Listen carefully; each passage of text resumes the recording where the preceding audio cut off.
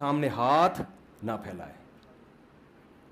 ہمارے نبی نے پوری زندگی کبھی کسی کے سامنے ہاتھ نہیں پھیلایا.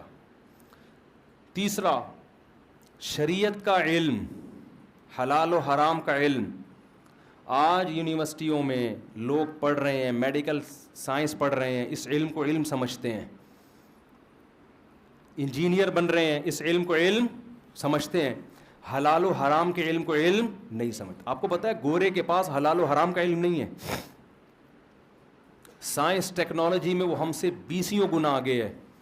حلال و حرام کا علم اس کے پاس نہیں ہے. یہ حلال و حرام کا علم کیا ہوتا ہے؟ یہ وہ علم ہے جس سے آپ کو پتہ چلتا ہے کہ جو کریٹر ہے نا، جس نے اس کائنات کو بنایا، وہ انسان سے کیا چاہتا ہے. کون سے کام ایسے ہیں جن کے کرنے سے وہ خوش ہوتا ہے، کون سے کام ایسے ہیں جن کے کرنے سے وہ ناراض ہوتا ہے. غیر مسلم جب کوئی چیز کھائے گا تو وہ یہ دیکھے گا کہ اس میں پروٹین ہے یا نہیں ہے، یہ ٹیسٹی ہے یا نہیں ہے، یہ میری صحت کے لیے نقصان دہ ہے یا مفید ہے. وہ یہ نہیں دیکھتا کہ یہ پاک ہے یا ناپاک. وہ دیکھتا ہے یہ پاک اور ناپاک، حلال حرام ان کے ہاں یہ کوئی ڈیفینیشن ہے ہی نہیں. چائنا والے کتے کیوں کھاتے ہیں؟ بھائی پروٹین ہے، کتے میں بھی وہی پروٹین ہوتے ہیں، گائے میں ہوتے ہیں، ہو سکتا ہے تھوڑے زیادہ ہی ہوں. بلی بھی کھا جاتے ہیں، کتے بھی کھا جاتے ہیں، خنزیر بھی کھا جاتے ہیں، سب کچھ کھا جاتے ہیں. آپ کہتے ہیں ان کی باڈی سے اسمیل آتی ہے کتوں کی، آپ کو آتی ہے ان کو نہیں آتی. خود کتے کو اپنی باڈی سے اسمیل آتی ہے تو جو کتے کھا کھا کے کھاتا ہی رہے گا اس کو تھوڑی آئے گی اسمیل. تو اللہ کی نظر میں سب سے مقدس علم کون سا ہے؟ حلال اور حرام. کیوں؟ اس کی دلیل کیا ہے، وجہ کیا ہے، اس کی عقلی وجہ کیا ہے؟ انسان کو انسان کا بچہ بنانے کے لیے صرف حلال و حرام کا علم ہی ہے جو انسان کو انسان کا انسان بناتا ہے، مہذب انسان.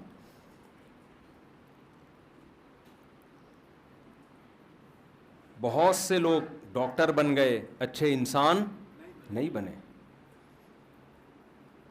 بہت سے لوگ بڑے اچھے انجینئر بن گئے، اچھے انسان نہیں بنے. بہت سے لوگ بہترین سیاستدان بن گئے، اچھے انسان نہیں بنے. وہ اس وقت دنیا نے پتہ ہے بدماشی کیا کی ہے؟ دنیا نے ایک بدماشی یہ کی ہے، میں اکثر یہ مثال بیانات میں دیتا ہوں، اس کو خوب اچھی طرح سے سمجھیں. دنیا نے ایک بدماشی یہ کی ہے، ایک مثال سے سمجھاتا ہوں. محلے میں ایک آدمی جس کی بڑی عزت ہو، بڑی دولت، بڑی عزت، علاقے کا ناظم بھی وہی ہے، لوگوں کو تہذیب سکھا رہا ہے بیٹھ کے. آپ لوگ کی توجہ ہے نا؟ لوگوں کو تہذیب سکھا رہا ہے. بھائی میں علاقے کا بڑا ہوں، میرے پاس پیسہ بھی ہے، میرے پاس نالج بھی ہے، سب کچھ میرے پاس ہے، لہذا تہذیب بھی کس سے سیکھو؟ مجھ سے سیکھو. اچھا میں ہوں، لیڈر میں ہوں. لوگ دیکھتے ہیں نا لیڈر تہذیب یافتہ ہو، لیڈر بھی میں ہوں، اچھا بھی میں ہوں، لیکن سٹے لگاتا ہے بیٹھ کے، چرس پیتا ہے. ایک دن آپ نے دیکھا کیا کر رہا ہے؟ یار بول لو کیا ہو گیا؟ پائپ کے اندر بیٹھا ہوا کیا کر رہا ہے؟ چرس پی رہا ہے.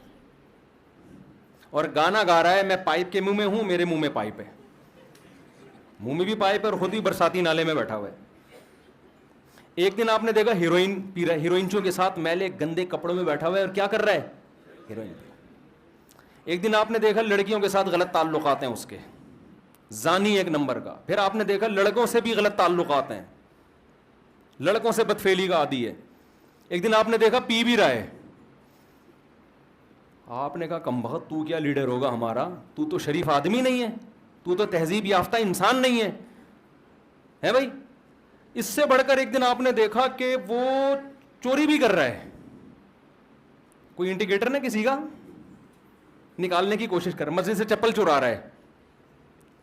آپ نے کہا یار تیرے اندر تو ساری اخلاقی برائیاں ہیں، تو کیسے کہتا ہے کہ میں تہذیب یافتہ ہوں؟ ہونا یہ چاہیے تھا کہ وہ فوراً توبہ کرتا. کیا خیال ہے؟ یہ ساری اخلاقی برائیوں سے کیا کرتا؟ توبہ. کہ یار میں لیڈر ہوں، مجھے ایسا نہیں کرنا چاہیے. لیکن اس کو ایسی لت پڑ چکی ہے چرس پینے کی, سٹے لگانے کی, ٹیکے لگانے کی, اور تاڑم تاڑی کی, اور زنا کرنے کی, اور لڑکوں سے بدفعلی کی, کہ اس نے پہلے تو کوشش کی برائیاں چھوڑوں میں, جب چھوٹ نہیں رہی تو اس نے کیا کیا, تہذیب کی ڈیفینیشن کو چینج کر دیا. کاش یہ بات آپ کی کھوپڑی میں بیٹھ جائے. اس نے تہذیب کی ڈیفینیشن یہ چینج کی کہ یہ میرے پرسنل معاملات ہیں, میں سٹا لگاؤں, میں چرس پیوں. چرس کا نام اس نے اینٹی ڈپریشن گولی رکھ دیا, سمجھ رہے ہو, اینٹی ڈپریشن پاؤڈر. ہیروئن کا نام رکھ دیا کہ anti depression powder full power میں, ٹھیک ہے نا, high dose of anti depression. شراب کا نام اس نے رکھ دیا کچھ بھی, کوئی بھی اچھا سا نام رکھ دیا, اور اس کی بوتل بھی بڑی تمیز کی بنا دی, چمک پٹی لگا دی اس کے اوپر. اور اس نے کیا کہا کہ یار یہ جو میں پائپ کے اندر چرسیوں کے ساتھ بیٹھ کے پیتا ہوں اس سے بھی امیج خراب ہوتا ہے, اب چرس ہم باقاعدہ ایک اچھے ہوٹل میں 3 پیس سوٹ اور ٹائی میں نہا کے آب زمزم سے خوشبو چھڑک کے اس کے بعد ہمارا چرس کا باقاعدہ کیا چلے گا, پروگرام چلے گا. سمجھ میں آ رہی ہے بات؟ اور اس نے کہا کہ یہ جو مسجد سے چپل چراتا ہے وہ پکڑا گیا تھا, اور انڈیکیٹر وغیرہ, یہ ہی اس سے بھی میرا امیج خراب ہو رہا ہے, تو میں باقاعدہ دوسرے ملکوں پہ بم برسا کے ان کے تیل اور گیس کے ذخائر پہ کیا کروں گا, قبضہ کروں گا. تمیز سے ڈکیتی کرو, یہ کیا چھوٹی موٹی ہلکی مسجد سے چپل چرانا, اس سے امیج خراب ہو رہا ہے. اور لڑکوں سے بدفعلی کر رہا ہے, اس نے کہا یہ قانون بنا دیا کہ یہ غلط بات بولو نہیں ہے, یہ تو انسانی ہیومن رائٹس ہے. کسی میں فیلنگس ہی وہی آ رہی ہیں تو وہ بیچارہ کیا کرے گا, سارا کھیل کس پر ہے, میری فیلنگس ہی نہیں, اس میں کہہ رہے میرے میں عورت والی فیلنگس ہی نہیں ہے, تو میری اپنی فیلنگ میں جانوں, سامنے والا جانے, ہمارے آپس کا جب رابطہ ہے تو تجھے کیا تکلیف ہو رہی ہے. اس نے تہذیب کی واٹ لگا کے تہذیب کی ڈیفینیشن A to Z کیا کر دی, چینج کر دی. چونکہ دنیا کا بدماش وہی تھا, قانون سازی اسی کے ہاتھ میں, تمام دنیا نے تہذیب کی ڈیفینیشن اب اس سے لینا شروع کر دی. ہائے ہائے کیسے سمجھائیں یار.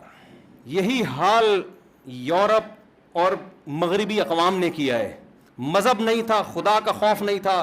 قرآن نے کہا یا ایھا الرسل کلوا من الطیبات, اے پیغمبروں قوم کو سمجھا دیں پاکیزہ چیزیں کھاؤ اور پاکیزہ عمل کرو. پاکیزہ عمل میں زنا داخل ہے, پاکیزہ عمل میں لڑکوں سے بدفعلی داخل ہے, پاکیزہ عمل میں دوسرے ملکوں پہ قبضہ کر کے بم برسا کے غریبوں کا خون چوسنا اور اپنی معیشت کو مضبوط کرنا یہ داخل ہے. پاکیزہ عمل میں کوئی مر جائے تو 1 مہینے اس کے جنازے کو پروٹوکول دینا یہ داخل ہے. وہ بھائی مر گیا دفنا ختم کرے یار. آج کسی نے بنایا, وہ ملکہ برطانیہ کا انتقال ہوا نا, کہ اگر یہ پاکستان میں انتقال ہوتا, ہماری کوئی ملکہ ہوتی تو کیا ہوتا, جی نہیں دفنا نہیں دیتے, بہت کچھ ہوتا. ابھی بات لمبی ہو جائے گی. سعودی عرب کے بادشاہ کا انتقال ہوا نا, غسل کفن دے گے دفن, چلو جی مغفرت کی دعا کرو, ختم. مرنے کے بعد 1 مہینہ اتنا یہ انسان ہے بھائی, خدا تھوڑی ہے تمہارا, کیا ہے یہ جو تم اس کو اتنی عزت دے رہے ہو. لیکن چونکہ وہ دے رہے ہیں لہذا وہ کیا ہے, تہذیب کی ڈیفینیشن A to Z کیا ہو گئی ہے, چینج. ہومو سیکشولیٹی پھیل رہی ہے. ہم لوگ کہتے ہیں یار تم گوروں کو فالو کر رہے ہو, وہ تو اغلام بازی کرتے ہیں. کیا ہوا, کسی کا دل تو نہیں دکھاتے, لوگ ہم سے یہ کہہ رہے ہوتے ہیں, کسی کا دل تو نہیں دکھاتے, خدا کو ناراض کر رہے ہیں, خدا کے غضب کو دعوت دے رہے ہیں. تو سارے اخلاقی جرائم, یہاں تک کہ وہ کہتے ہیں حقوق اللہ نہیں ہے, حقوق العباد تو ہے نا. او بھائی حقوق العباد میں تو سب سے پہلے تمہارا باپ اور تمہاری ماں ہے, اسی کو تم نے بڑھاپے میں اولڈ ہاؤس میں جمع کر دیا, تو کدھر گئے حقوق العباد؟ نہ حقوق اللہ اور نہ حقوق العباد. لیکن ان تمام چیزوں پہ انہوں نے لیبل کس کا لگا دیا, تہذیب. کہ تہذیب یافتہ بننے کے لیے گھر میں ماں باپ کو رکھنے کی ضرورت نہیں ہے, تہذیب یافتہ بننے کے لیے زنا سے بچنے کی ضرورت نہیں ہے, تہذیب یافتہ بننے کے لیے لڑکوں سے بدفعلی سے بچنے کی ضرورت نہیں ہے, تہذیب یافتہ بننے کے لیے باپ لیس ہونا اس سے کوئی فرق نہیں پڑتا. وداؤٹ آپ کے یہاں کوئی رشتہ لے کے آ جائے, آپ کی بیٹی کے لیے کوئی بندہ آیا رشتہ لینے کے لیے, آپ نے بٹھایا, چائے پلا, یہاں بیٹا کیا کرتے ہو, انکل میری وہ فلانی دکان ہے, چرس کا معذرت کے ساتھ کچھ بھی کرتا ہوں میں. آپ کے ابا کیا کرتے ہیں, ابا ہے ہی نہیں میرے, ابا میرے ہیں.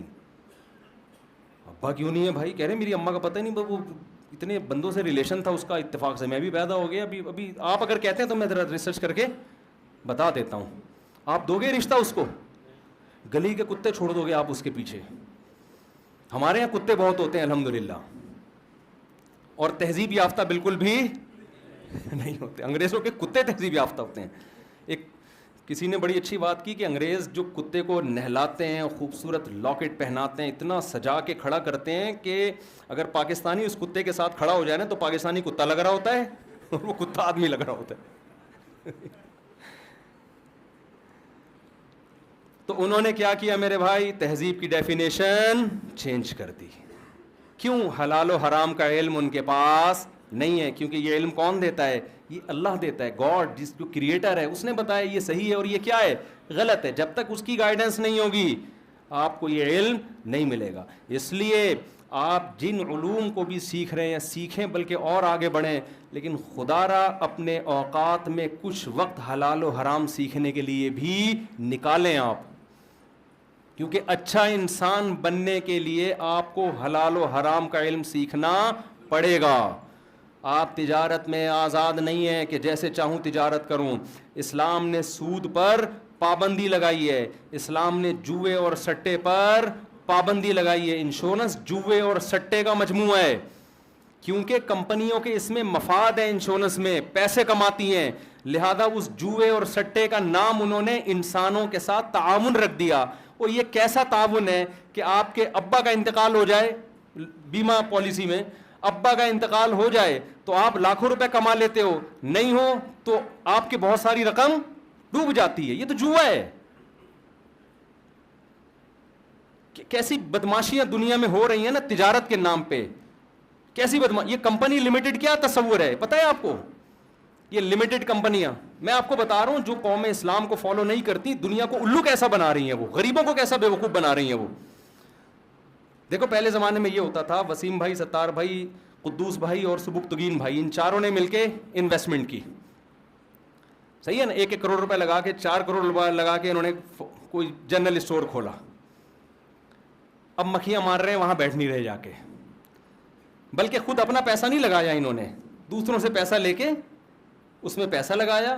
اب جنرل اسٹور میں جا کے محنت نہیں کر رہے، وہ اسٹور ہو گیا بند اور قرضہ چڑھ گیا 2 کروڑ کا. ایک مثال دے رہا ہوں، چیزیں مہنگی ہو گئی تھی. اب جب آپ پہ قرضہ چڑھ گیا تو آپ جواب دہ ہو نا، آپ جواب دہ ہو کہ جو جتنے لوگوں سے پیسہ دیا ہے آپ کو اپنی جیب سے وہ بھرنا پڑے. انہوں نے کیا کیا؟ کمپنی کو لمیٹڈ کر دیا. کروڑوں روپے کمپنی جو شیئر ہولڈرز ہیں ان کو کما کے تو دے گی، لیکن اگر وہ لاس میں جاتی ہے تو جنہوں نے کروڑوں روپے اس کمپنی سے کمائے ہیں وہ لاس برداشت نہیں کریں گے. یہ میں بتا رہا ہوں آپ سے کہ یعنی کیسے چرس پہ اینٹی ڈپریشن اور چمک پٹیاں لگا کے نا اس کی گولی کیسے بیچی جا رہی ہے. تھوڑا گاڑھا بیان ہو گیا، میں آسان کی طرف آ رہا ہوں. جو اصل ٹاپک تھا اس ابھی تک اصل پہ آیا نہیں ہوں میں، یہ تو بیچ میں گریبیاں قیام و طعام چل رہا ہے. اصل واقعی یہ نہیں تھا، یہ بیچ میں گریبیاں چل رہی ہیں. تو میں یہ عرض کر رہا ہوں کہ ہماری جو یہ ڈیفنس ہے نا، یہاں تو ینگ جنریشن بہت مرتی ہے مغربی کلچر پہ. تو میرے بھائی یہ جو مغربی کلچر ہے یہ ہاتھی کے دانت دکھانے کے ہیں، خدا کی قسم کھانے کے نہیں ہیں. انگریز کے صرف تھینک یو اور ہنسنے مسکرانے پہ ہمارے یہاں گالیاں دیتے ہیں نا لوگ.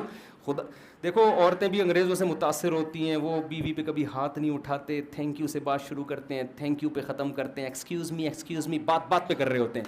ہمارا والا دیکھ لو گھر میں آئے گا ایسے جیسے کوئی چنگیز خان جو ہے نا بغداد پہ حملہ کر رہا ہے. شوہر جب رات کو تھکا ہوا گھر آتا ہے یہی کیفیت ہوتی ہے، چنگیز خان آ رہا ہے. بڑا والا بیٹا آئے گا تو ہلاکو خان آ رہا ہے.